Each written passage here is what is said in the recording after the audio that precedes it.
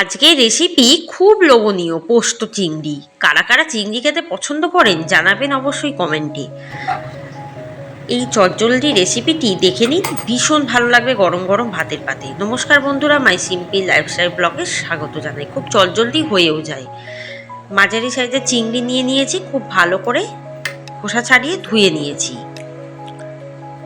এরপর দিয়ে দেবো 1 টেবিল চামচ হলুদ গুঁড়ো, 1 চামচ নুন, 1 টেবিল চামচ গোলমরিচ গুঁড়ো আর 3 টেবিল চামচ সর্ষের তেল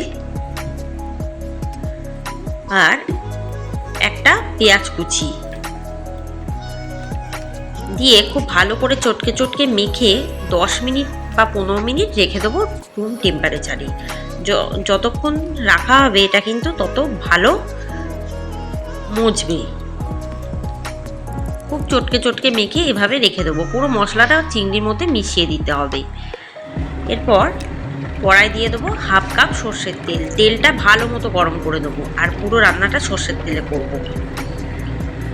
আর আমি এখানে 1/2 কাপ পোস্ত প্রথমে ড্রাইভাবে ব্লেন্ড করে দেবো। আমি সবসময় জেকের পোস্ত ইউজ করি, ভীষণ খাঁটি হয়। ড্রাইভাবে ব্লেন্ড করে নিলে মিক্সারে ভালোভাবে বাটা যায়। এবার এদিকে কিন্তু তেলটা গরম হয়ে গেছে। এবার দিয়ে দেবো পেঁয়াজ কুচি আর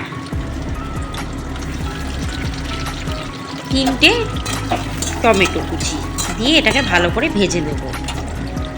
এদিকে দেখুন পোস্তটাকে ড্রাইভাবে ব্লেন্ড করার ফলে বেশ গুঁড়ো গুঁড়ো হয়ে গেছে।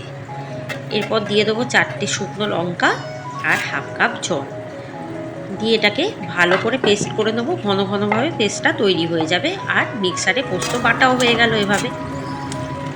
এদিকে পেঁয়াজটা আর টমেটো ভাজা হয়ে গেছে। এবার আলুটা দেবো। আলুটা দিয়ে ভালো করে এর সাথেই ভেজে নেবো, আর আলাদা করে ভাজছি না। এদিকে ঘন ঘন করে আমার বাটা হয়ে গেছে মিক্সারে, শিলের প্রয়োজন হয়নি। এরপর দিয়ে দেবো 1 চামচ হলুদ গুঁড়ো দিয়ে আবারও ভালোভাবে ভেজে নেব আলুটা, তাহলে একসাথে ভাজা হয়ে যাবে। এরপর দিয়ে দেবো ম্যারিনেট করা চিংড়ি দিয়ে এটাকে আবারও আমি নাড়তে থাকবো। একটু চিংড়িটা হালকা করে ভেজে নেব ওই তেলের মধ্যেই। চিংড়িটা দেওয়ার পর দিয়ে দেবো 6 টেবিল চামচ সর্ষের তেল দিয়ে এটাকে খুব ভালো করে ভাজা ভাজা করে কষিয়ে দেবো।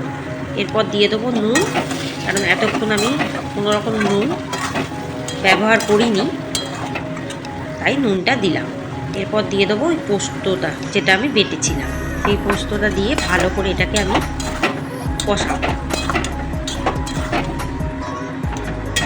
এদিকে কিন্তু টমেটোটা বেশ গলে গেছে কষতে কষতে। দেখুন কষানো কিন্তু প্রায় হয়েই গেছে, অনেকটা জল বেরিয়েছে। এরপর দিয়ে দেবো কাঁচা লঙ্কা কুচি। আমি এখানে 7টা কাঁচা লঙ্কা কুচিয়ে নিয়েছি, আপনারা ঝালটা বুঝে দেবেন। এটা যত কষানো হবে তত কিন্তু স্বাদ বাড়বে। এরপর দিয়ে দেবো ওই যে বাটিতে মশলা করেছিলাম সেই বাটির মেপে মেপে 1/2 কাপ জল দিয়ে চিংড়িটা আলুটা সিদ্ধ হতে দেব।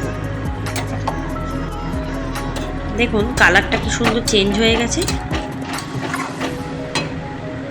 কেমন একটা লাল কালার চলে এসেছে। আমি কিন্তু কোনো গুঁড়ো লঙ্কা ইউজ করিনি। এবার নুনটা অবশ্যই নিজেদের স্বাদ অনুসারে চেক করে নেবেন, আর আলুটা সিদ্ধ হয়েছে কিনা একটু দেখে নেবেন। আর গ্যাসের ফ্লেমটাকে একটু বাড়িয়ে মাখা মাখা করে দিতে হবে। এটা খুব বেশি ঝোল হবে না, একদম মাখা মাখা হবে, তাহলে খেতে বেশি ভালো লাগবে। চিংড়িটা কিন্তু সিদ্ধ হয়ে গেছে আর ঝোলটা কিন্তু একদম মরে গিয়ে মাখা মাখা হয়ে গেছে। এবার জাস্ট নামিয়ে সার্ভ করে দেবো গরম গরম ভাতের পাতে। ভীষণই ভালো লাগবে রেসিপিটি। বানিয়ে কমেন্টে জানাবেন, চ্যানেলটিকে সাবস্ক্রাইব করবেন। সমস্ত রেসিপি দেখতে থাকবেন। ভালো থাকবেন, সুস্থ থাকবেন, সাবধানে থাকবেন। আজকের রেসিপি এখানেই সমাপ্ত হলো। পরের দিন নতুন রেসিপি নিয়ে আপনাদের কাছে হাজির হয়ে যাব। ততক্ষণ সুস্থ থাকুন, অপেক্ষায় থাকুন। ধন্যবাদ।